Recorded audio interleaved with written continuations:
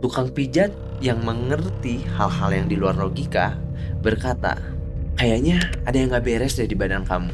Kejadian itu hanya awal dari serangkaian peristiwa misterius. Bahkan di bandara, seseorang mengatakan ada sesuatu yang aneh di dalam tubuh Steffi. Tidak hanya itu, bahkan beberapa teman dan saudaranya yang merupakan seorang ustadz merasakan ada keanehan di dalam tubuh Steffi.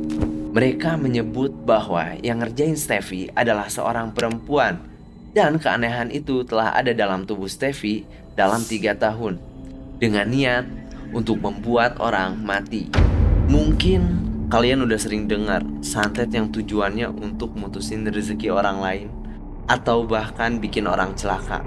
Tapi kalian pernah dengar gak sih ada santet yang tujuannya buat bikin mati orang? Nah, ini hal yang dialami oleh Steffi Agnesia yang dikabarkan meninggal karena disantet. It's your boy Sakti, and this is Dark Wave.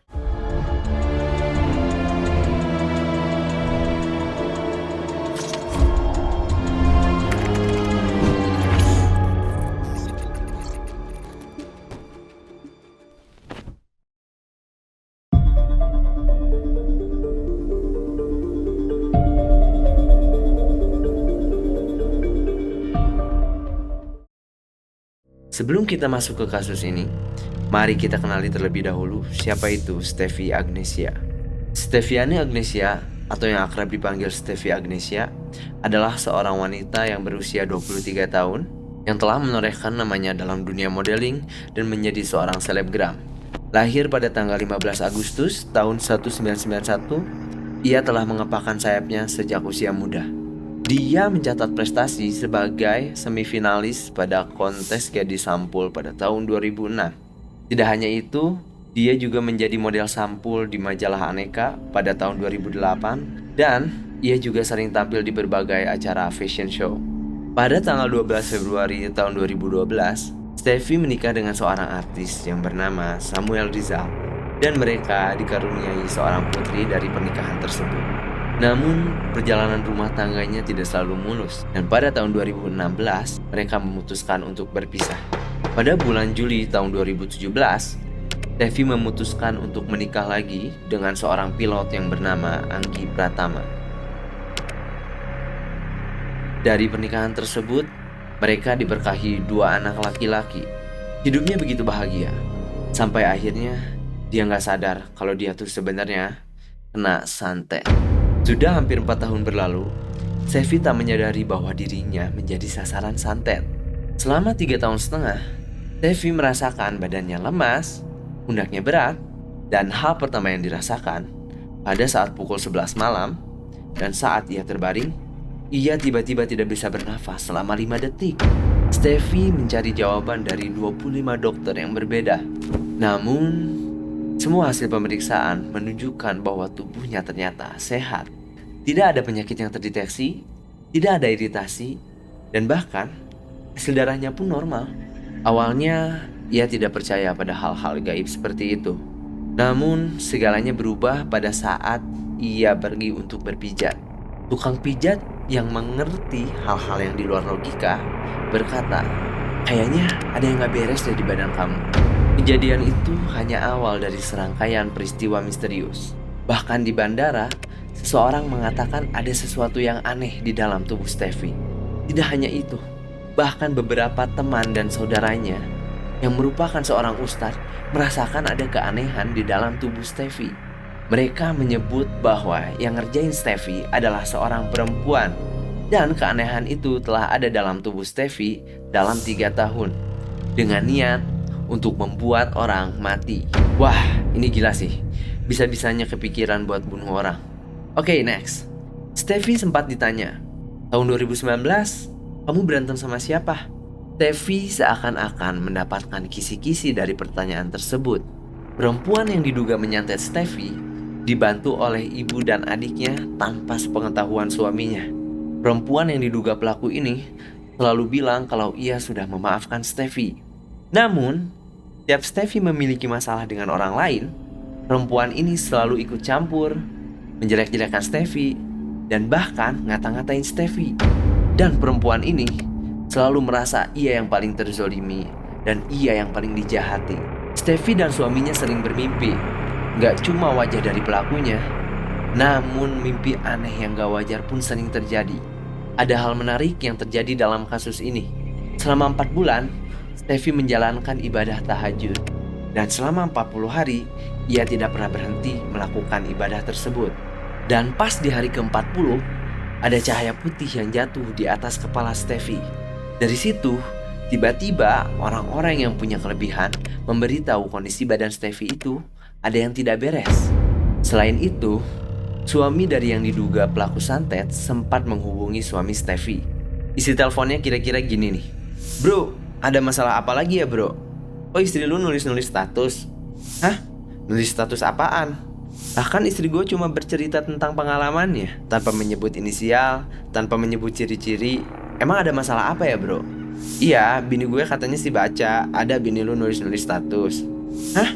Lu coba tanya deh sama istri lu. Istri lu ngapain? Lu tahu gak kelakuan istri lu semuanya? Terus kalau misalkan lu nanya bini gue nulis apaan, lu juga tanya dong sama bini lu, dia sempat nulis status apaan waktu bini gue lagi disenggol sama dokter-dokter itu. Bini lu nyinyirin bini gue duluan kan? Jadi gue menganggap selama 4 tahun ini masalahnya belum kelar, karena bini gue udah lama banget diam, tapi bini lu selalu nyinyir. Tapi kenapa sekarang pas bini gue lagi cerita pengalaman dia disantet dan gak menyebut inisial apapun, gak nyebut nama, gak menyebut apapun itu, kok bini lu ngerasa? Hah? Masa sih bini gue nulis status? Coba bro kirimin ke gue dong status-statusnya. Akhirnya, suami Steffi memberikan bukti status-status yang ditulis oleh pelaku. Hal menarik lainnya yaitu, tiba-tiba ada orang yang nge-DM Steffi dan bilang bahwa ia pernah bekerja dengan si pelaku. Ia membeberkan kelakuan si pelaku dan ia menuliskan bahwa si pelaku memang sering main dukun-dukunan. Salah satunya untuk menaikkan penjualan bisnisnya. Tapi dari pembahasan tadi, pelakunya ini belum ketahuan siapa orangnya. Sampai akhirnya netizen menduga-duga ada salah satu kenalan Steffi Agnesia, yaitu orang yang bernama Ica Anissa. Kok bisa ya sampai dituduh sama netizen? Ica Anissa Faradila adalah seorang perempuan yang lahir pada tanggal 5 Juli tahun 1987. Ia menikah dengan seorang laki-laki yang bernama Muhammad Ramadan. Namun sayangnya pernikahan tersebut harus berakhir dengan perceraian di tahun 2017. Namun Ica tidak menyerah pada cobaan hidupnya. Pada tahun yang sama, ia memutuskan untuk menikah dengan seorang pilot yang bernama Zenga. Sebelum terjun ke dunia akting dan menjadi selebgram, ia awalnya dikenal sebagai seorang model. Namun pada tahun 2012, ia memulai debut aktingnya di dalam sebuah FTV. Sejak saat itu, dia sering muncul di layar televisi. Namun, sekarang ia telah beralih profesi menjadi seorang pengusaha serta selebgram. Kira-kira apa ya hubungannya Ica Anissa dengan Steffi Agnesia sampai-sampai dia diduga menjadi seorang pelaku?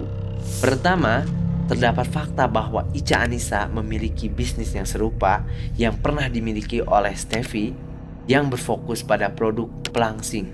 Hal ini menarik perhatian karena Ica ini memiliki usaha yang sejenis, memberikan indikasi adanya keterkaitan antara mereka.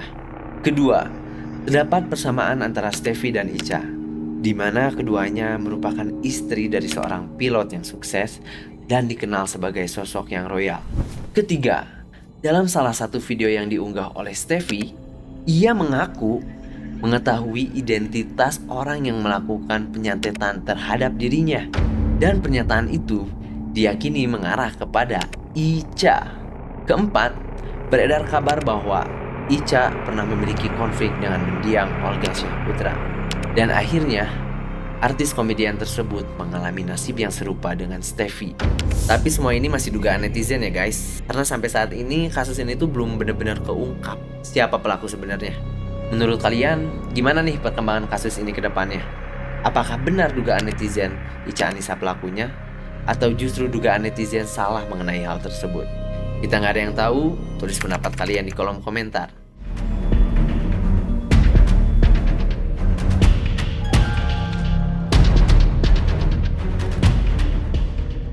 Dari kasus Steffi Agnesia, kita dapat mengambil beberapa pelajaran penting. Pertama, Pentingnya kesadaran akan kemungkinan ancaman gaib atau spiritual yang dapat memiliki dampak besar pada kehidupan seseorang meskipun pada awalnya sulit dipercaya. Kedua, mendengarkan intuisi dan peringatan dari orang lain dapat mencegah bahaya yang mungkin saja terjadi. Seperti yang dialami Steffi dengan peringatan dari tukang pijat dan teman-temannya yang merupakan seorang ustadz. Ketiga, kekuatan spiritualitas dapat menjadi sumber kekuatan dan bahkan perlindungan dalam menghadapi masalah yang sulit dipahami secara rasional, seperti yang ditunjukkan oleh Steffi dalam beribadah tahajud. Keempat, kasus ini juga mengingatkan kita akan bahaya fitnah dan kebencian dalam menghadapi sebuah konflik. Walaupun Steffi mencoba untuk mencari perdamaian. Yang terakhir, dukungan dari keluarga dan teman sangatlah penting dalam menghadapi cobaan. Seperti yang dialami Steffi dengan dukungan suaminya dan teman-temannya yang memberikan kekuatan untuk tetap tegar. Jangan lupa untuk subscribe dan nyalain lonceng biar gak ketinggalan video-video terbaru dari aku. Keep trying, life must go on. See you.